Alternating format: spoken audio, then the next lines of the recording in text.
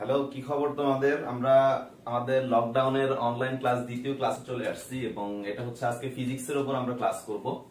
তো আমরা আসলে অফলাইনে যে টপিকসটার উপরে ক্লাস করতেছিলাম সবার খুব ভালোভাবে জানা আছে এবং লাস্ট ফিজিক্স ক্লাসে আমি বলে আসছিলাম যে আমাদের মোটামুটি যেগুলো ইন্টারমিডিয়েট সিলেবাসে আছে বা আসার মতো সেগুলো শেষ করেছি। তো আমি তোমাদেরকে বলেছিলাম যে কিছু এক্সট্রা আরো কিছু জিনিস পড়াবো বা তোমাদের কনফিডেন্স বাড়ানোর জন্য বা কিছু কিছু জায়গায় একটু থিঙ্কিং এর প্রয়োজন হয়, ওই ধরনের কিছু করাবো।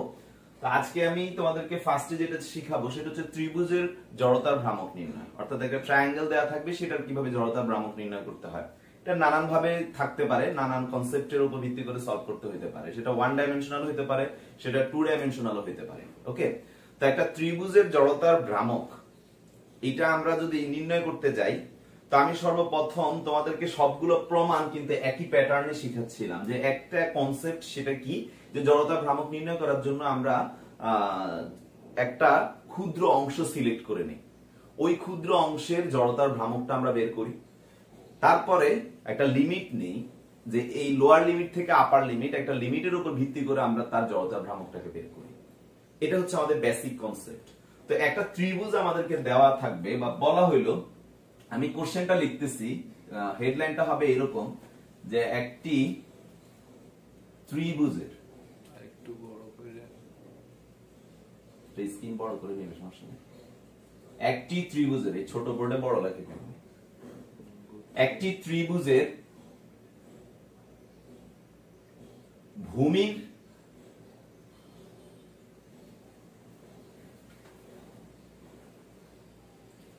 অক্ষের সাপেক্ষে, ভূমির অক্ষের কথাটা কি আমি চিত্র এঁকে দেখা দিচ্ছি, সাপেক্ষে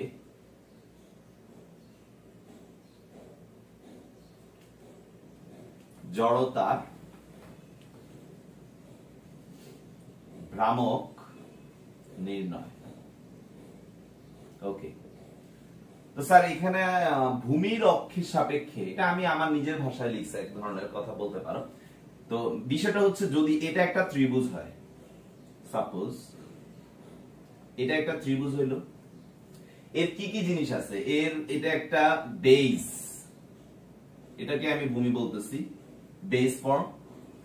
আর তার এরিয়া বের করতে গেলে তার হাইট, যেটা আমরা এই পাশ থেকে দেখাচ্ছি, এই যে এতটুকু, এইটুকু হচ্ছে তার হাইট এইচ।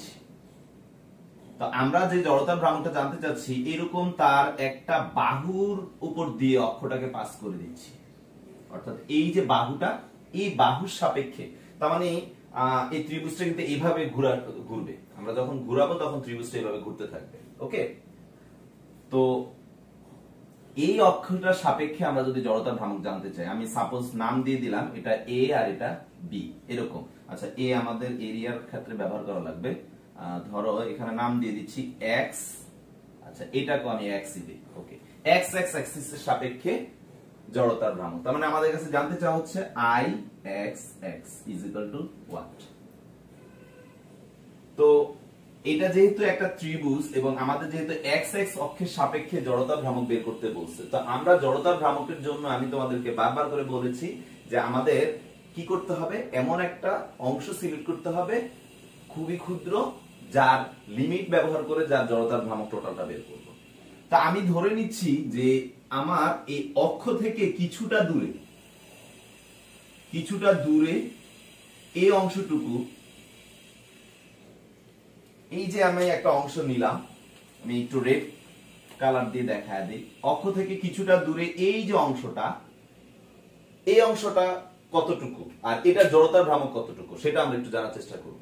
যখন আমি এইটুকুর জড়তার ভ্রামক জেনে যাব, তখন কি করব, লোয়ার এই যে এই জিনিসটার আমার অক্ষ থেকে এই পর্যন্ত ডিসটেন্সটাকে যদি চিন্তা করি, তাহলে অক্ষের সাপেক্ষে ঠিক এই বিন্দুর ডিসটেন্স হচ্ছে 0, কিছুটা উপরে একটু বাড়বে, তারপর আরো বাড়বে, তারপর আরো বাড়বে, তারপর বাড়তে বাড়তে বাড়তে এই পর্যন্ত যখন আসবে, সেই কি টোটাল এইচ পরিমাণ ডিসটেন্স হবে। তার মানে আমার লিমিটটা কিন্তু আমি হিসাবটা শুরু করতেছি এখান থেকে শুরু করে একদম উপর পর্যন্ত, তাহলে এখান থেকে শুরু করে উপর পর্যন্ত কি, এটা এইচ, তাহলে এইচ এখানে 0, এখানে কি হবে এইচ, তার মানে আমি 0 থেকে এইচ পর্যন্ত ইন্টিগ্রেশন করলে আমি টোটালটা পেয়ে যাব। তো স্যার এখন বিষয়টা হচ্ছে যে আমি যে স্ট্রিপটা নিলাম, এরকম এখানে অসংখ্য হইতে পারতো, এখানে আরো একটা হইতে পারতো, এখানে আর একটা হিসাব করে নেই আমরা, এরকম হইতে পারতো, যেখানে হিসাব করো। অনেকে বলতে পারে স্যার এখানে কেন, এখানে না, এখানে কেন না, যে কোনো জায়গায় হিসাব করো তুমি। এখন তুমি যে অক্ষ থেকে, আমাদের নিয়ম কি, জড়তার ভ্রামকের ডেফিনিশনটা হচ্ছে কোন একটা অক্ষ থেকে আমি যার জড়তার ভ্রামক বের করব তার যে দূরত্ব, সেই দূরত্বের বর্গের সাথে ওই অংশটুকুর ভর গুণ করলে আমরা জড়তার ভ্রামক পাই। অর্থাৎ m ইনটু অক্ষ থেকে যে mটা নিয়ে আমরা কথা বলতেছি সেই m এর যে দূরত্ব, সেই দূরত্বের বর্গ। তো স্যার আমরা এখন এই বিষয়টা নিয়ে কথা বলবো। তো এটা নিয়ে কথা বললে এই যে স্ট্রিপটা, এই যে ভূমিটা আর এই যে ভূমিটা, এই ত্রিভুজে এসে এই একটা জায়গায় ঝামেলা হয়। এই দুইটা ভূমির সাইজ কিন্তু সেম না, এটা বড় এটা ছোট। তো এখন যেহেতু এটা আর এটা একই না, তাহলে আমাদের বেসটাকে আমরা নতুন একটা নাম দিলাম, যে এই নতুন যে অংশটা আমি নিছি তার বেস হচ্ছে L। কিন্তু আমি যদি এটা ত্রিভুজ না হয়ে যদি এটা একটা চতুর্ভুজ হইতো তাহলে কিন্তু সেম হইতো। চতুর্ভুজের তো আমরা সবাই জানি, তাহলে এটা সেম চলে আসতো।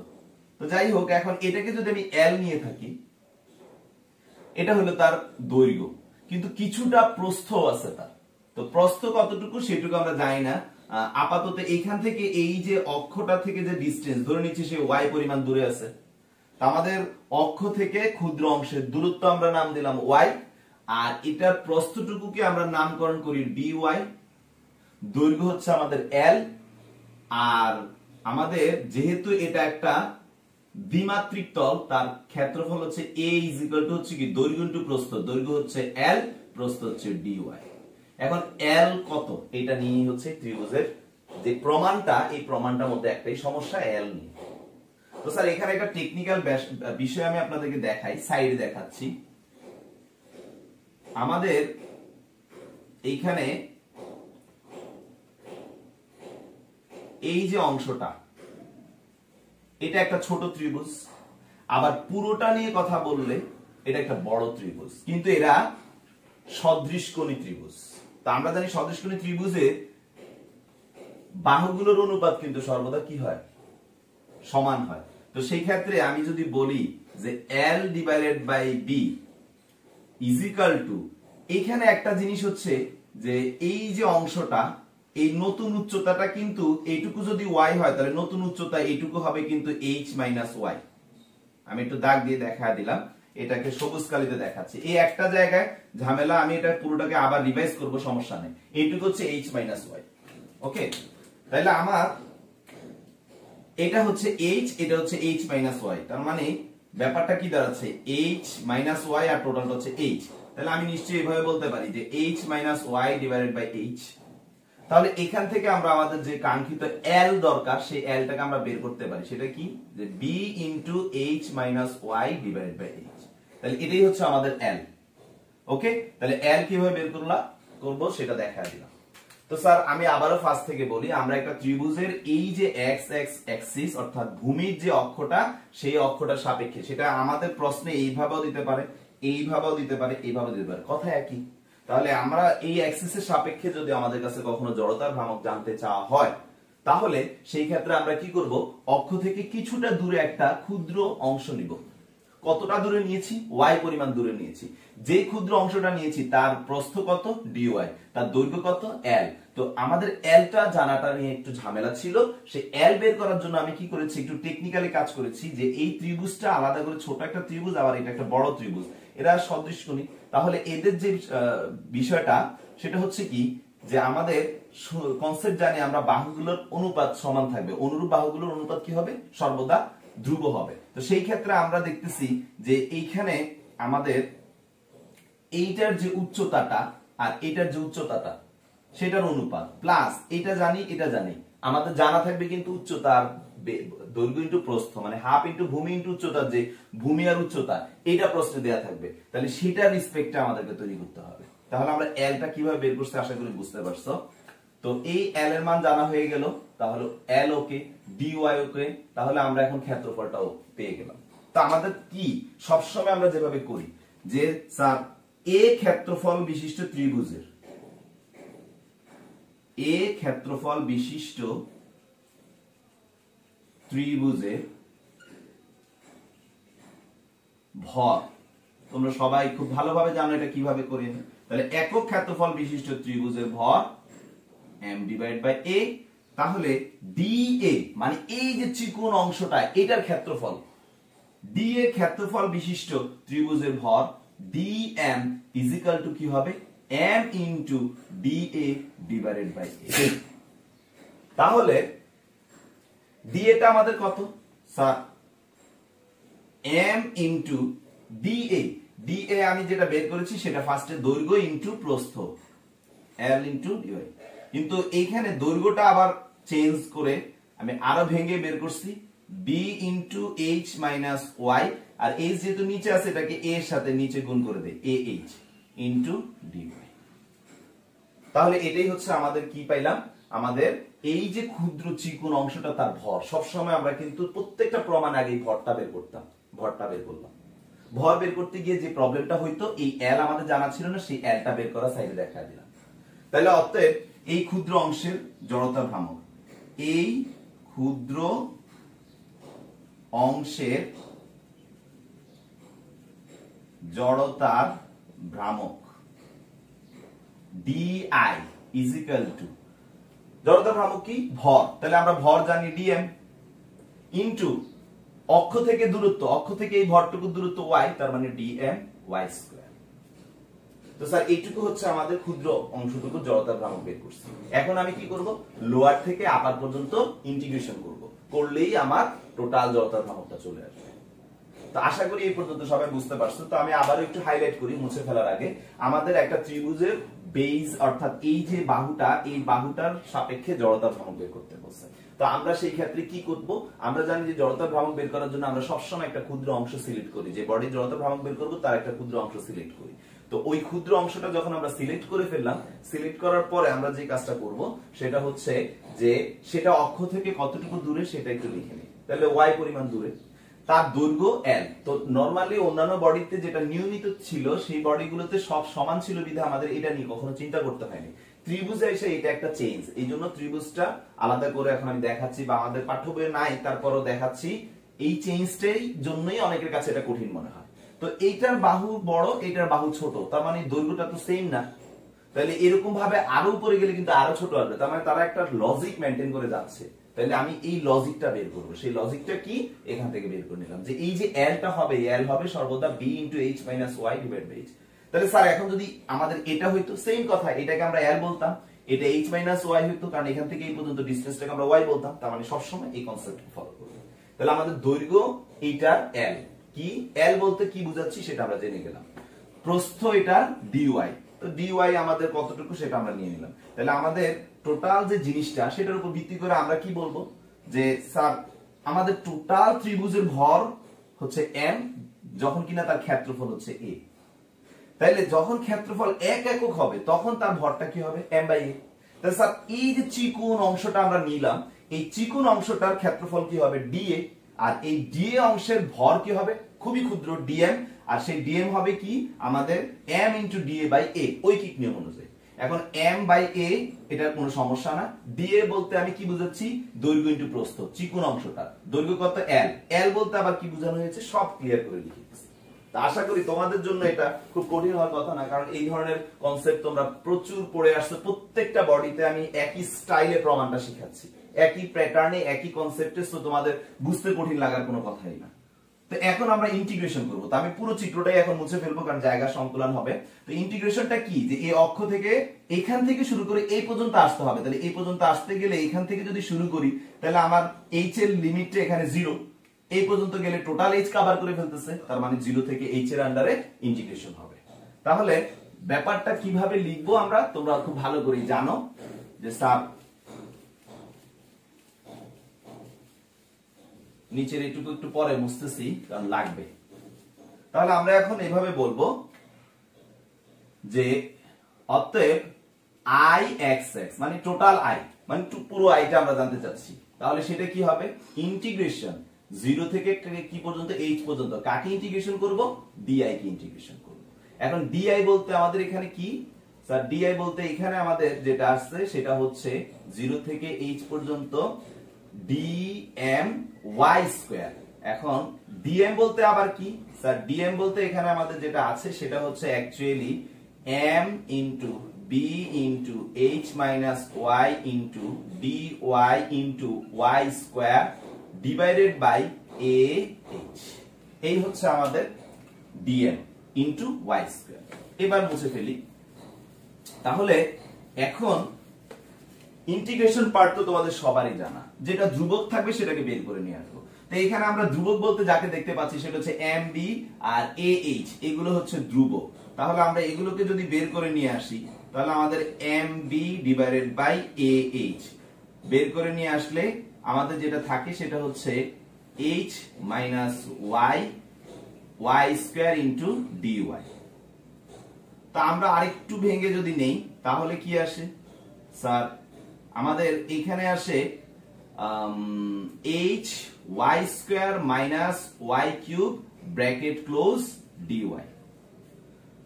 তোমরা সবাই জানো এখন ইন্টিগ্রেশন কিভাবে হবে। mb divided by ah, h হচ্ছে ধ্রুবক, y স্কয়ার কে ইন্টিগ্রেশন করলে হবে y কিউব ডিভাইডেড বাই 3 আর y কিউব কে ইন্টিগ্রেশন করলে হবে y to the power 4 divided by 4। সবার খুব ভালো করে এগুলো মুখস্থ থাকার কথা। এই হচ্ছে আমাদের ইন্টিগ্রেশন করার পরের পার্ট। তো এখন আমরা নেক্সট যে অংশটুকু সেটুকু নিয়ে যদি কথা বলি, এখানে লিমিট বসানো, আপার লিমিট মাইনাস লোয়ার লিমিট। তো h আমাদের ধ্রুবক, তাহলে আমাদের যেটা আসতেছে সেটা হচ্ছে যে mb divided by ah into h by 3 ধ্রুবক। h বাই 3 কে যদি বের করে নিয়ে আসি তাহলে এখানে থাকে y কিউব আর minus 1/4 y to the power 4। একটু এভাবে লিখে নিলাম আর কি, h0। এখন আমরা লিমিটটা বসাই। আমরা যদি লিমিট বসাই h বাই 3, লিমিটটা বলবে চলরাশির জায়গায়, তাহলে y এর জায়গায় যদি লিমিটটা বসে তার মানে h কিউব, আর এখানে লিমিটটা বলবে চলরাশির জায়গায় তার মানে h টু দি পাওয়ার 4। 0 বসানো না বসানো সেম কথা, তাই লোয়ার লিমিট আমাদের কোনো কাজে আসবে না। এখানে আমরা এখন যেটা দেখতে পাচ্ছি h to the power 4 h to the power 4 common বের করে নিয়ে আসি, তাহলে mb ah into h to the power 4, এখানে থাকতেছে 1/3, এখানে থাকতেছে 1/4। তা আমরা এখানে a বলতে কি ত্রিভুজটার ক্ষেত্রফল, তার মানে হাফ ইনটু ভূমি ইনটু উচ্চতা। তার মানে ব্যাপারটা হচ্ছে এরকম যে mb h to the power 4 divided by half into ভূমি, ভূমি মানে b, উচ্চতা মানে h আর আগের আরেকটা h। আর এখানে যেটা আসছে সেটা হচ্ছে লসাগু করলে 12, 3 4 12, 4 মাইনাস 1 মানে 1/12। তো স্যার ব্যাপারটা যেটা দাঁড়াচ্ছে সেটা হচ্ছে ফাইনালি যে 2 উপরে চলে গেলে 2m bh এগুলা সব কাটা থাকে m স্কয়ার, আর এই 12 নিচে আসতেছে। তার মানে আমাদের ফাইনালি যে অ্যানসারটা আসলো সেটা হচ্ছে ix অর্থাৎ ত্রিভুজের বেজের সাপেক্ষে ভূমির যে বাহুটা সেই যে কোনো একটা বাহুর সাপেক্ষে বা বাহু দিয়ে যদি অক্ষ চলে যায়, এই বাহু দিয়ে অক্ষ চলে গেল বা এই বাহু দিয়ে অক্ষ চলে গেল বা এই বাহু দিয়ে অক্ষ চলে গেল, এই ধরনের ক্ষেত্রে আমাদের জড়তার ভ্রামক বের করার সূত্রটা হচ্ছে 1/6 mh স্কয়ার।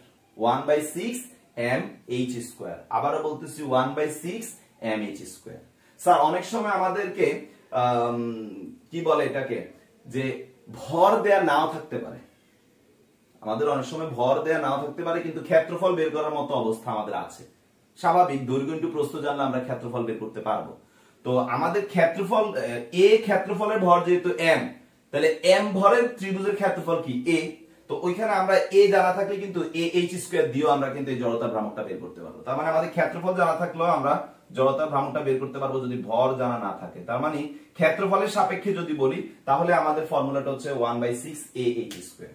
ওকে, তো আমরা ত্রিভুজের যে জড়তার ভ্রামকটা ইন্টিগ্রেশন পার্ট তোমাদের সবারই বুঝায়, এখানে নতুন কিছু নাই। যা করার একটু আগে যেটা পড়াইছি যে ক্ষুদ্র অংশটা, প্রত্যেকটা বডির জড়তার ভ্রামক বের করতে হলে ক্ষুদ্র অংশে জড়তার ভ্রামক বের করাটা জানতে পারলেই হয়ে যায়।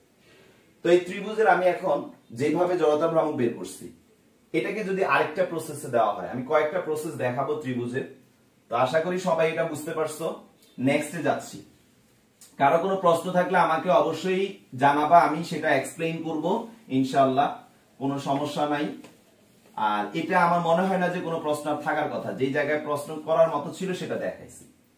এখন স্যার আপনাদেরকে সেম এই ত্রিভুজটাই আমি দিলাম, কিন্তু আপনাদেরকে বলা হলো যে অক্ষটা ত্রিভুজে যে ভার কেন্দ্র সেই ভার কেন্দ্র দিয়ে যদি যায়, তার মানে ভার কেন্দ্র দিয়ে যাচ্ছে এমন ক্ষেত্রে যদি আমার এক্স এক্স এর সাপেক্ষে যদি জড়তার ভ্রামক বের করতে বলি, মানে অক্ষটাকে নাম দিলাম এক্স এক্স, এবার আমাদের যে অক্ষটা সেটা যাচ্ছে কোন দিক দিয়ে, ভার কেন্দ্র দিয়ে। তো তোমরা বিষয়টা কিন্তু ইমাজিন করো, এটা একটা ত্রিভুজ, এটা তার সেন্টার পয়েন্ট, এইভাবে অক্ষটা যাচ্ছে, তার মানে ত্রিভুজটা ভূমিতে শোয়ানো আছে, আর ওই অবস্থায় তার ভার কেন্দ্র দিয়ে আনুভূমিক ভাবে একটা অক্ষ গেছে। কথাটা বুঝো, আনুভূমিক ভাবে একটা অক্ষ যাওয়ার পরে আমি ওই অক্ষের সাপেক্ষে তার জড়তার ভ্রামক জানতে চাচ্ছি। তার মানে এইভাবে শোয়ানো অবস্থায় একটা ত্রিভুজের ভার কেন্দ্রের মধ্যে দিয়ে ঠিক শোয়ানো অবস্থায় একটা অক্ষ যাচ্ছে, মানে আনুভূমিক ভাবে, এইভাবে খাড়া ভাবে না, ঠিক আনুভূমিক ভাবে এই অক্ষ যদি যায় তাহলে সেই ক্ষেত্রে জড়তার ভ্রামক কি হবে। তো কিছুক্ষণ আগে আমরা কিন্তু এই অক্ষের সাপেক্ষে জড়তার ভ্রামকটা জানছি। দেখো তোমাদের এখন কনসেপ্ট ক্লিয়ার করে, তোমরা এই অক্ষের সাপেক্ষে জড়তার ভ্রামক অলরেডি জানো। আমি এটাকে নাম দিলাম, কি নাম দেওয়া যায়, এম পি, সাপোজ একটা নাম দিলাম। তো এম পি অক্ষের সাপেক্ষে আমরা জড়তার ভ্রামক জানি, সেটা কত, আই এম পি। আমি যদি লিখি I M P is equal two আমাদের কত স্যার, 1/6 এম এইচ স্কয়ার। এখন আমরা জানতে যাচ্ছি এই অক্ষের সাপেক্ষে জড়তার ভ্রামক। এখন এই অক্ষের সাপেক্ষে জড়তার ভ্রামকটা যদি আমি জানতে চাই তাহলে এটা আমরা কিভাবে জানবো, মূল কথা হচ্ছে এটা। তো একটা বিষয় কি, যে আমরা ভার কেন্দ্র দিয়ে যে অক্ষটা, সেই অক্ষে জড়তার ভ্রামকের কনসেপ্ট, এটা কিন্তু দুইজনের পরস্পর সমান্তরাল অক্ষ। তো আমরা সমান্তরাল অক্ষের জড়তার ভ্রামক কিভাবে বের করি, তা আমাকে যদি এখন আই এক্স এক্স বের করতে বলা হয়, এই আই এক্স এক্স এটার ব্যাপারটা যেটা আমরা কি জানি, যে ভার কেন্দ্রগামী অক্ষের জড়তার ভ্রামক প্লাস এই যে এই অক্ষটা, এটার নাম কি,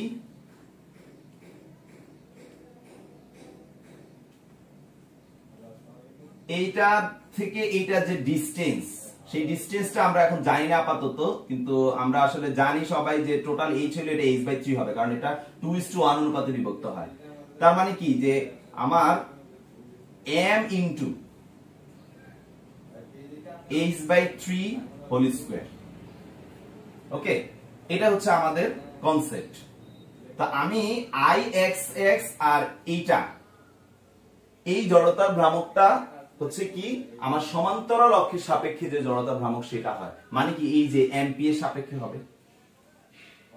স্যার সবাইকে আমি আবারও বলি, সমান্তরাল অক্ষ উপপাদ্যের কনসেপ্টটা কি ছিল, এটা যদি একটা বডি হয়, এটা যদি সেন্টার হয়, আর এটা যদি তার সমান্তরাল কিছু হয়, তাহলে আমরা এইটার যে জড়তার ভ্রামক আইজি, আর এখান থেকে এই পর্যন্ত লম্ব দূরত্ব যেটা যেটা সাপোজ ধরো এম, আর এটা ব্যাসার্ধ আর হলো এম আর স্কয়ার, এই দুইটার যোগ করে যেটা পাই সেটাই হচ্ছে এই অক্ষের সাপেক্ষে জড়তার ভ্রামক। সবার মনে আছে? তাহলে এখন আমি যদি বলি এই অক্ষের সাপেক্ষে জড়তার ভ্রামক, that is I M P is equal two ভার কেন্দ্র দিয়ে যে অক্ষটা যাচ্ছে তার জড়তার ভ্রামক, আর ভার কেন্দ্র থেকে কত দূরে আছে সেই দূরত্বের বর্গ ইনটু ভর, একই কথা। তো আমাদের কিন্তু আসলে ভার কেন্দ্রগামী অক্ষের জড়তার ভ্রামক জানা নাই, এটাই আমরা আসলে বের করব। তো বুদ্ধিটা এভাবে খাটানো হয়েছে। তাহলে আই এক্স ওয়াই কে যদি আমি এই পাশে নিয়ে আসি বা ওই পাশে রেখে দিই, তাহলে ব্যাপারটা কি আসে, I M P minus M into h/3 whole square. তাহলে কিন্তু আমরা পেয়ে যাচ্ছি এই অক্ষের জড়তার ভ্রামক সমান্তরাল অক্ষ উপপাদ্য ব্যবহার করে। তাহলে কি আসে একটু দেখো, আই এম পি টা কত পেয়েছিলাম, আমাদের সবার মুখস্থ 1/6 এম এইচ স্কয়ার, আর এটা আমাদের এখন আসতেছে কি 1/9 এম এইচ স্কয়ার। তা আমরা লসাগু করলে আমাদের যেটা আসে, ডিলিট করি, 36 6 9 3 2 3 3 এর 6 3 6 18। আচ্ছা ঠিক আছে, 18 আসে। ওকে, তো এখানে আসে 3mh square minus 2mh square. তার মানে আমাদের যে অ্যানসারটা আসছে সেটা হচ্ছে 1/18 mh স্কয়ার। তাহলে আজকে পদ থেকে একটা ত্রিভুজকে যদি আমরা আনুভূমিক ভাবে শোয়ানো অবস্থায় রাখি এবং ওইভাবে শোয়ানো অবস্থায় যদি আনুভূমিক ভাবেই তার ভার কেন্দ্র দিয়ে একটা অক্ষ পাস করে নিয়ে যায়, তার মানে কি শোয়ানো অবস্থায় আছে, তার ওই অবস্থায় আনুভূমিক ভাবে যখন একটা ভার কেন্দ্র দিয়ে চলে যাচ্ছে তখন তার জড়তার ভ্রামকটা কি হবে 1/18 mh স্কয়ার, 1/18 mh স্কয়ার। আশা করি সবাই বুঝতে পারছো। তো আমাদের এখানে যেটা আসলো 1/18 mh স্কয়ার, তো এখন নরমালি যদি আমি এবার ভার কেন্দ্র, সাপোজ ধরো ভার কেন্দ্রগামী অক্ষেরটা জানি যে এটা কি স্যার 1/18 mh²। এখন যদি আমি এইটা জানতে চাই তাহলে কিন্তু সেম একই রকম ভাবে সমান্তরাল অক্ষ উপপাদ্যের কনসেপ্ট অনুযায়ী 1/18 mh² প্লাস আমাদের এইখানে এতটুকু যে ডিসটেন্সটা, যে কতটুকু ডিসটেন্স সেটা h/3 h/3 ইনটু m। তাহলে আমাদের 1/18 mh², আর এইখানে আমাদের কত আসে স্যার mh²/9। আমরা লসাগু করলে এখানে 18, এখানে আসে mh², এখানে আসে 2mh², তার মানে কি 3mh²/18 বা কাটাকাটি করলে 1/6 mh²। তার মানে এটা চলে আসলো। তাহলে একটা ত্রিভুজের জড়তার ভ্রামক বের করা দেখালাম আমি তোমাদেরকে। তো এখানে যে জিনিসটা আমি শিখাইতে যাচ্ছি বারবার, যে তোমাদের সমান্তরাল অক্ষ উপপাদ্য, লম্ব অক্ষ উপপাদ্য কিন্তু এমনিতে শেখানো হয়নি। এটা হচ্ছে অনেক সময় তোমাদের এমন এমন বডি দেয়া থাকবে, সেখানে তুমি কোন একটা সিস্টেমের জড়তার ভ্রামক জানো, এবার যারটা জানতে চাইছে তার সাথে তোমার যেটা জানা আছে সেটার কি সম্পর্ক, সে কি লম্ব ভাবে আছে নাকি সে সমান্তরাল ভাবে আছে, এই বিষয়টা একটু বের করতে পারলে তোমরা কিন্তু ইজিলি জড়তার ভ্রামক বের করতে পারবে। ওকে, তো আশা করি এই কনসেপ্টটা বুঝতে পারছো। তো ত্রিভুজের আরো একটা আমি দেখাইতে চাচ্ছি, সেটা খুবই ইন্টারেস্টিং।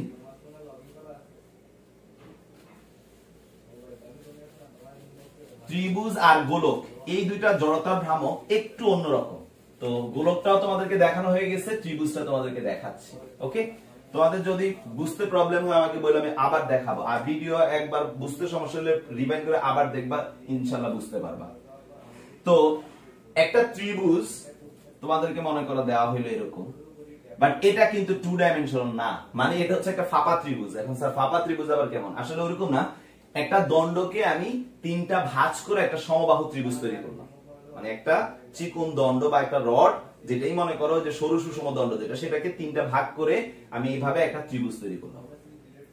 এখন এই ত্রিভুজটা মনে করে এইভাবে শোয়ানো আছে আনুভূমিক তলে, আমি এটা হচ্ছে তার সেন্টার পয়েন্ট, এটা ড্রিল করে এটার মধ্যে দিয়ে একটা অক্ষ পাস করে দিলাম। তার মানে কি ত্রিভুজের আনুভূমিক তল বরাবর যদি ত্রিভুজটা শোয়ানো থাকে, বা ত্রিভুজের যে ভূমিতল বললে আমি তোমাদের সবসময় বলছি সে আনুভূমিক শোয়ানো থাকবে।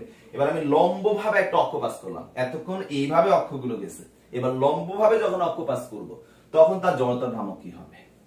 কোশ্চেনটা হচ্ছে এটা। তো এখন আমাদের এই সেন্টার পয়েন্ট দিয়ে চলে যাচ্ছে, এই অবস্থায় তোমরা একটু চিন্তা করো যে এই পজিশনে আমি তার জড়তার ভ্রামকটা জানতে চাচ্ছি। ওকে, তো এই পজিশনে তার জড়তার ভ্রামকটা কত হবে আমরা কিন্তু জানি না নরমালি, কিন্তু একটু চিন্তা করো তোমরা কিন্তু এইটা সমান্তরালে, এই যে এই পাশ দিয়ে চলে গেছে এটা সমান্তরালে, এই যে সবাই একটু দেখতে পাচ্ছ কিনা, এই সমান্তরাল জড়তার ভ্রামকটা কিন্তু তোমরা আসলে জানো। অ্যান্সার কিভাবে জানি? সব কিছুর কথা ভুলে যাও, এটা একটা কি সরু সুষম দণ্ড, এবং যার কোন দিক দিয়ে যাচ্ছে, স্যার মধ্যবিন্দু দিয়ে যাচ্ছে। তাহলে আমি যদি কোনোভাবে এই ডিসটেন্সটুকু জানতে পারি, মনে করো এই ডিসটেন্সটুকুর নাম দিলাম আমি h, টোটাল ত্রিভুজ এইটার কথা বলতেছি, এটার ভর হচ্ছে m, তাহলে এইখান থেকে এই ডিসটেন্স যদি h হয় তাহলে এইটুকু হচ্ছে mh² প্লাস আমাদের এইখানে mh² এর পরে এই যে এটা কি আমাদের সরু সুষম দণ্ড, যার পজিশনটা কি আসতেছে, যে এই যে এখানে আমরা এটার ক্ষেত্রে কি জানি যে স্যার 1/12 ml²। তো আমাদের ভার কেন্দ্রের যে জড়তার ভ্রামকটা এইখানে এটা হচ্ছে কি এই দণ্ডের ভার কেন্দ্র। তো কোন একটা দণ্ডের ভার কেন্দ্র দিয়ে গমন করছে এবং সেই জড়তার ভ্রামকটা হচ্ছে 1/12 ml²। তার সমান্তরাল একটা অক্ষ, তোমরা ইমাজিন করো যে এই দণ্ডের ভার কেন্দ্র যেটা, সেই দণ্ডের ভার কেন্দ্রের সমান্তরালে একটা অক্ষ হচ্ছে এই ত্রিভুজের ভার কেন্দ্র যেটা, সেটা আবারও দেখো আমি চিত্রতে দেখাচ্ছি, এটা হচ্ছে দণ্ডের ভার কেন্দ্র দিয়ে যাচ্ছে যে অক্ষটা, আর এটা হচ্ছে ত্রিভুজের ভার কেন্দ্র দিয়ে যাচ্ছে যেটা অক্ষটা। এখন আমরা যদি দণ্ডের সাপেক্ষে কথাটাকে চিন্তা করি, তাহলে ত্রিভুজের যে ভারকেন্দ্র দিয়ে যেটা যাচ্ছে সেটা কি সমান্তরাল অক্ষের উপপাদ্যের কনসেপ্টে পড়তেছে। তো সমান্তরাল অক্ষ উপপাদ্যের কনসেপ্টে আমরা কি জানি, যে যার সাপেক্ষে সে সমান্তরাল তার ভারকেন্দ্রগামী অক্ষের জড়তা ভ্রামক প্লাস তার থেকে সমান্তরাল যে অক্ষটা সেই অক্ষের যে দূরত্ব, সেই দূরত্বের বর্গের সাথে তার ভর গুণ করলে আমরা পেয়ে যাই হচ্ছে কি আমাদের মূল জড়তা ভ্রামক।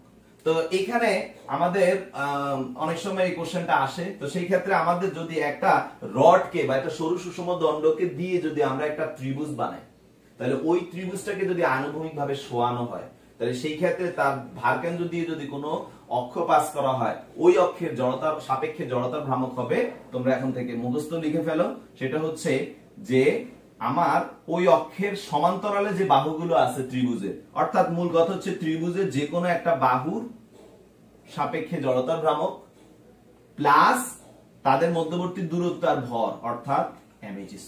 এটা দিয়ে আমরা আমাদের প্রশ্ন সলভ করে ফেলবো।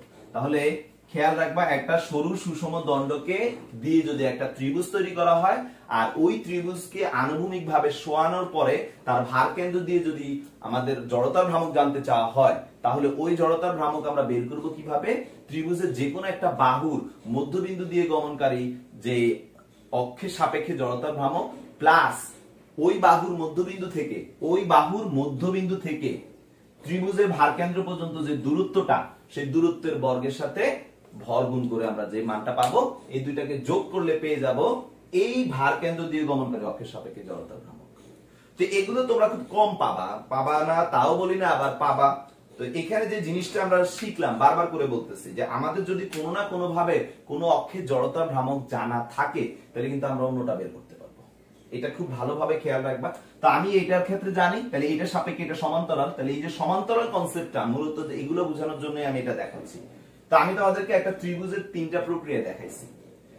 তোমাদেরকে আমি যদি বলি যে এখন যদি একটা ত্রিভুজ এইভাবে থাকতো আর আমি যদি এই ভারকেন্দ্র দিয়ে তাকে পাস না করে, দেখো এবার আবার ত্রিভুজের যে কোনো একটা কর্নার দিয়ে আমি যদি একটা অক্ষ লম্বভাবে পাস করে দিই, মানে ত্রিভুজ এভাবে শোয়ানো আছে, একটা অক্ষ দিয়ে আমি পাস করে দিলাম, এবার তার জড়তা ভ্রামক কি হবে। দেখো তোমরা কিন্তু এখন ভারকেন্দ্রগামী অক্ষের সাপেক্ষে জড়তা ভ্রামকটা জানো, যেহেতু তুমি এটার সাপেক্ষে জানো আর এটা এখন তোমার জন্য কি সমান্তরাল হয়ে গেছে, তাহলে কনসেপ্টটা আমি তোমাদেরকে শেয়ার করলাম, তোমরা দেখে আমাকে অ্যানসারটা জানাও কিভাবে এটা জড়তা ভ্রামক বের হবে বা এটা জড়তা ভ্রামক কত হবে। ওকে, এটা আমাকে জানাও। আর তোমরা চাইলে কিন্তু নরমালিও বের করতে পারো, কারণ আমি যেহেতু এই বিন্দুর সাপেক্ষে জড়তা ভ্রামকের কথা বলতেছি, তাহলে এখান থেকে আমি এইদিকে একটা স্ট্রিপ কেটে নিতে পারি। এইদিকে একটা স্ট্রিপ যদি আমি কেটে নেই, কিছুক্ষণ আগে যেমন আমি এই অক্ষের সাপেক্ষে যেভাবে বলছি স্ট্রিপ কেটে কেটে বের করছি, সেম একই রকম ভাবে এটারও স্ট্রিপ কেটে কেটে কিন্তু আমরা বের করতে পারি। এখান থেকে যদি শুরু হয় 0, এই পর্যন্ত আসলে তার h, এই পর্যন্ত আস্তে আস্তে সে h কভার করবে। ওকে, এখানে আমার তো ব্যাপারটা কিন্তু অনেকটা আগের কনসেপ্টের মতো করে চলে আসবে। তো এতগুলোর সমস্যা নাই, তোমাদেরকে যে তিনটা আমি দিছি এই তিনটা তোমরা মাথায় রাখলে হবে, এগুলো দিয়ে কোশ্চেন আসবে। ওকে, আর চিন্তাটা বাড়াবা, চিন্তা বাড়াইলে তোমাদের মধ্যে অনেক রকমের প্রশ্ন জন্মাবে, অনেক কিছু সলভ নিজেরাই করে ফেলতে পারবা। তো ত্রিভুজের ভারকেন্দ্র বের করা শিখলাম আমরা, আমাদের সিলেবাসের বাইরে গিয়েই বলতে পারো। তো এবার আসো কিছু এক্সট্রা কথা বলি। তোমাদের অনেকেরই আমি কাজ দিয়েছিলাম যে হ্যাঁ একটা চাকা, এটা আমি HW দিয়েছিলাম, অনেকে করছেন অনেকে করেন নাই, যে এটা যদি একটা চাকা হয়, আমি আজকে যাই করাচ্ছি সব ফাইনাল কাজ করতেছি, অর্থাৎ আজকের পরে আর জড়তা ভ্রামক নিয়ে কোনো ক্লাস হবে না, এরপর অন্য পার্টে চলে যাব। এটা যদি একটা চাকা হয়, ধরো রিক্সা বা সাইকেলের চাকা, এখানে একটা কি হয় তোমরা নিশ্চয়ই দেখো যে রিক্সার দুই চাকাতে একটা অক্ষ পাস করে নিয়ে যায় মাঝখান থেকে, এবং ওটার সাপেক্ষে চাকাটা ঘুরতে থাকে। ধরে নিচ্ছে এখানে একটা স্পোক, তোমরা দেখতে পাবা রিক্সা এবং সাইকেলের চাকায় যে শিকগুলো থাকে সেই শিকগুলোর কথা বলতেছি। অনেকগুলো থাকতে পারে, আমি এখানে 4-5টা ড্র করি। মনে করো এই যে চিকন স্পোক দেখাইলাম। ওকে, হ্যাঁ, তো এখন কোশ্চেনটা হচ্ছে যে আমাদের অক্ষটা, আমি লাল কালিতে অক্ষটা দেখাচ্ছি, এই অক্ষটা যদি এর মধ্যে দিয়ে পাস করে, মনে করো এই যে ড্রিল করে আমি পাস করে দিলাম, তাহলে চাকাটা কি এইভাবে ঘুরবে। তো এখন এই চাকার জড়তার ভ্রামক বের করতে বলছি, আমি অনেকবার বলছি যে চাকার জড়তার ভ্রামক, হ্যাঁ, আই ফর চাকা। এখন এই চাকার জড়তার ভ্রামকটা কি হবে, অনেককেই বলছি, কেউ কিন্তু একটা ছেলে মনে হয় হাসিব ও অ্যানসারটা দিছে কিছুটা। তো এখন স্যার আপনারা একটু ভালো করে লক্ষ্য করেন যে এই টোটাল চাকাটার মধ্যে কয়টা বডি আছে। আমি যদি একটু আলাদা করে নিই, এটা যদি আমার অক্ষ হয়ে থাকে, অক্ষ থেকে এইদিকে একটা, এদিকে একটা, এদিকে একটা, এদিকে একটা, এদিকে একটা, এদিকে একটা, মনে করেন এদিকে একটা, এই এতগুলো শিক চলে গেছে। প্রত্যেকটা শিকের সাপেক্ষে যদি চিন্তা করি, একটা শিক যদি একটা চিকন দণ্ড হয় আর তার কর্নার দিয়ে যদি অক্ষ চলে যায়, তাহলে আশা করি আপনারা বুঝতে পারছেন এখানে এই একটা ঘটনা ঘটতেছে। তাহলে এখানে টোটাল কয়টা আছে? একটা, দুইটা, তিনটা, 1 2, 1 number, 2 number, 3 number, 4 number, 5 number, 6 number. তাহলে 6টা শিক আছে। তাহলে প্রত্যেকেরই কিন্তু কর্নার দিয়ে অক্ষটা পাস হচ্ছে। তাহলে আমার একটার জড়তা ভ্রামক আপনারা সবাই জানেন 1/3 ml²। তাহলে যেহেতু 6টা আছে, তার মানে কি হবে 6 × 1/3 ml²। পেয়ে গেলাম সবগুলো শিকের জড়তা ভ্রামক। এবার আরেকটা বডি কিন্তু এখানে আছে। এই শিকগুলো গিয়ে কার সাথে অ্যাটাচড হয়েছে? একটা রিমের সাথে। বলতে পারে এই রিংটা দেখতে কেমন হয়? শিকগুলো সরায় ফেলো, ইমাজিন করো চাকাটা একটা রিং এর মতো মনে হয়। তাহলে একটা রিং এর জড়তার ভ্রামক কিন্তু আমরা সবাই জানি। রিং এর জড়তার ভ্রামকটা যেহেতু এখানে আমি শিকগুলোকে এল হিসেবে ধরে নিয়েছি, তাহলে রিং এর জন্য সে কিন্তু আর হিসেবে কাজ করবে। তার মানে একটা রিং, তাহলে এখানে আই ফর স্পোক, আমি এখানে লিখে দিলাম স্পোক। I for scope কত? স্পোক কত? 6 × 1/3 ml²। R I for rim, rim কত হবে? রিম যেহেতু একটা রিং এর মতো আচরণ করে, তাহলে তার ভর আর রিংটার ব্যাসার্ধ হচ্ছে দৈর্ঘ্যটা, মানে স্পোকের দৈর্ঘ্য সমান, তার মানে l², তার মানে ml²। তাহলে স্যার ইন টোটাল এই চাকাটা জড়তার ভ্রামক কি হবে? তাহলে আপনাদের এইভাবে চিন্তা করতে হবে। আমি একটা চাকা দিছি, চাকার ভিতরে কিন্তু দুইটা পার্ট আছে, একটা হচ্ছে শিকের পার্ট আর একটা হচ্ছে অক্ষের সাপেক্ষে, আর একটা হচ্ছে রিং এর পার্ট। তাইলে অতএব আমি যদি টোটাল আই ফর চাকা বের করতে চাই, তাহলে কি হবে? এই অংশটা মানে হচ্ছে I for spoke plus, spoke তো অনেকগুলা, তাহলে আমাদের এখানে আমি N I for spoke plus M l²। তা আশা করি সবাই চাকার জড়তার ভ্রামকটা বুঝতে পারছেন। আসতে পারে কোন একটা পরীক্ষা, আমি দেখছি এটা আসছে। ওকে, তো আরেকটা জিনিস আমি আপনাদেরকে দিচ্ছি, আপনারা পজ করে একটু চিন্তা করবেন, চিন্তা করে দেখবেন আমার সাথে অ্যানসারটা মিলে কিনা। আমি আগে কোশ্চেনটা দিচ্ছি, তারপর আপনারা মিলাবেন। ওকে, আপনারা সাথে সাথে দেখে ফেলবেন না, আমি রিকোয়েস্ট করতেছি। মানে আমি একটু আগে ত্রিভুজের একটা দেখাইছি যে একটু চিন্তা করে কিভাবে করতে হবে, এবার চাকাটা দেখাইছি, এবার আরেকটা বডি দিচ্ছি, দেখি একটু চিন্তা করে বলতে পারেন কিনা। ওকে, তো সবাই একটু চিন্তা করবেন, চিন্তা করে মানে অ্যানসারটা দেখার আগে পজ করে দিবেন। আপনি একটু চিন্তা করবেন, 10-15 মিনিট চিন্তা করে তারপরে অ্যানসার মিলানোর চেষ্টা করবেন। এইভাবে আমি এখানে একটা গোলক নিলাম, আমরা হ্যাঁ আপনারা দেখতে পাবেন আবহাওয়া অধিদপ্তরে এই টাইপের কিছু জিনিস দিয়ে ওরা মেজারমেন্ট করে, এটা ঘুরতে থাকে চারপাশে এরকম। আমরা আমাদের শিপা এরকম দেখেছিলাম কিছু জিনিস আছে। তো এখানে এটা একটা গোলক, এটা একটা গোলক। আপাতত দুইজনেই সম ব্যাসার্ধ বিশিষ্ট, অর্থাৎ ওর যে ব্যাসার্ধ এটা আর, ওর যে ব্যাসার্ধ এটা আর, এবং দুইজনেই নিরেট গোলক। আমি অনেকগুলো ইনফরমেশন দিয়ে দিচ্ছি, সো আপনাদের বুঝার কথা। নিরেট গোলক, আর এখান থেকে এই পর্যন্ত যে দণ্ডটা তার দৈর্ঘ্য হচ্ছে l। এখন আমি ঠিক দণ্ডের মধ্যবিন্দু দিয়ে একটা অক্ষকে পাস করলাম, আর ওই অক্ষের সাপেক্ষে আমি বললাম যে এই যে মেকানিজমটা, এটা জড়তার ভ্রামক কত হবে। ওকে, এখন অনেকে বলতে পারে যে স্যার গোলক দুইটা কি একই হবে সব সময়? একই হইতেও পারে, অথবা একটা বড় একটা ছোট হইতে পারে। সেই ক্ষেত্রে ইমব্যালেন্সিং ব্যাপার আসতে পারে, ব্যালেন্সের জন্য অন্য কিছু করতে হবে। আবার স্যার অক্ষটা কি এই পাশ দিয়ে যাবে? এমন হতে পারে না অক্ষটা আরেকটু এই সাইড দিয়ে যেতে পারে। হ্যাঁ, অবশ্যই যেতে পারে। সেই ক্ষেত্রে আমাদের অনুপাত জানতে হবে, কোন পাশে কতটুকু জানতে হবে, তা না হলে আমাদের ক্যালকুলেশন করা টাফ হয়ে যাবে। ওকে, তো ঠিক আছে, তাহলে আপনারা একটু চিন্তা করেন যে এই যে অবস্থাটা, এই অবস্থায় তার জড়তার ভ্রামক কত হবে। এই অবস্থায় তার জড়তার ভ্রামক কত, একটু চিন্তা করে বলেন সবাই। আপনারা একটু পজ করে চিন্তা করবেন, কারণ আমি এখনই অ্যানসার বলবো। সো আপনারা পজ করে চিন্তা করবেন, তারপর আমার সাথে মিলাবেন। তো ঠিক আছে, এখানে জড়তার ভ্রামকের যে ব্যাপারটা, আমরা একটু ভালো করে লক্ষ্য করি, কিছুক্ষণ আগেও দেখেছিলাম একটা বডি, এখানে আমাদের কয়টা বডি আছে? এট ফার্স্ট এক নাম্বার দণ্ড আছে একটা, সরু সুষম দণ্ড। 2 নাম্বার গোলক, গোলক আবার আছে 2টা। ওকে, গোলকটার মধ্যে আবার আমি আপনাদের শিখেছি একটা নিরেট একটা ফাঁপা, এখানে গোলকটা হচ্ছে নিরেট। ওকে ফাইন, ফাঁপা দিয়েও আসতে পারে পরীক্ষার হলে, আমি নিরেট দেখাচ্ছি, এমন হইতে পারে ফাঁপা দিয়ে আসবে। তো এখন স্যার আপনারা একটু চিন্তা করেন, ফার্স্টে দণ্ডের কথা চিন্তা করেন, তার মানে গোলকগুলা বাদ, এই গোলকগুলা যদি বাদ হয়ে যায়, দণ্ডটার কথা যদি বলি তাহলে কি হচ্ছে? আমাদের দণ্ডের ব্যাপারটা যখন আসতেছে তখন আমরা জানি দণ্ডের ক্ষেত্রে আই ফর রড, আমি এখানে ছোট্ট করে রডই লিখলাম, আই ফর রড, এখানে রডের ঠিক মধ্যবিন্দু অর্থাৎ ভারকেন্দ্র দিয়ে অক্ষ গেছে, যার জড়তার ভ্রামক আমরা সবাই জানি 1/12 ml²। ওকে, আবার নিরেট গোলকের জন্য স্ফিয়ার, হ্যাঁ solid sphere, S S solid sphere, নিরেট গোলকের জন্য জড়তার ভ্রামক কিন্তু আমরা সবাই জানি। নিরেট গোলকের জন্য জড়তার ভ্রামকটা কি স্যার? নিরেট গোলকের জড়তার ভ্রামক হচ্ছে 2/5 mr², 2/5 mr²। তো আমাদের এখানে নিরেট গোলক একটা আছে না দুইটা আছে? অবশ্যই দুইটা দেখতে পাচ্ছি আমরা, সো এখানে আমাদের 2 দ্বারা মাল্টিপ্লাই হবে। তাহলে টোটাল জড়তার ভ্রামক কি আসবে? টোটাল জড়তার ভ্রামকটা আসবে আই ফর রড এবং আই ফর সলিড স্ফিয়ার। এখানে সলিড স্ফিয়ার দুইটা আছে তাই n দিয়ে গুণ করলাম, মানে দুইটা 2 দ্বারা গুণ করে আমরা। ওকে ওকে, তো এখন আমাদের রডের জড়তার ভ্রামক এবং সলিড স্ফিয়ারের জড়তার ভ্রামক।